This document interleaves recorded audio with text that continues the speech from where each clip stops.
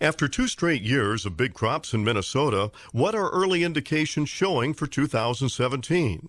Last year, farmers went into spring with an abundance of soil moisture, and this year looks very similar. Tom Hoverstad is with the Southern Minnesota Research and Outreach Center. He's been studying the moisture patterns in the state and says this year looks pretty similar to 1 year ago. Last year we had quite a bit of soil moisture going into the winter season. Last winter, though, was fairly dry. This winter has not been dry. We're going into the season with abundant soil moisture, and we're going to enter the spring with quite a bit of soil moisture, so we'd like to see dry conditions in the spring of the year. Some areas of the country welcome as much moisture as they can get going into spring, but Hoverstad says in southern Minnesota, dry weather early is preferred. We'd like to see dry conditions probably starting mid-March into April. Farmers around here use the adage, plant in the dust and your bins will bust, plant in the mud, your crop's a dud.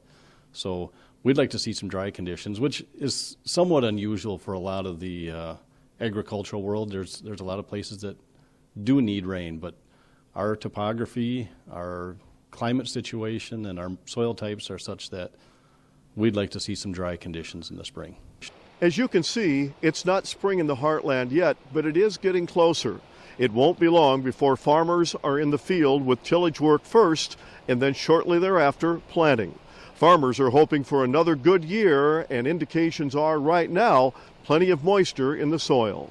This is Lynn Ketelsen reporting.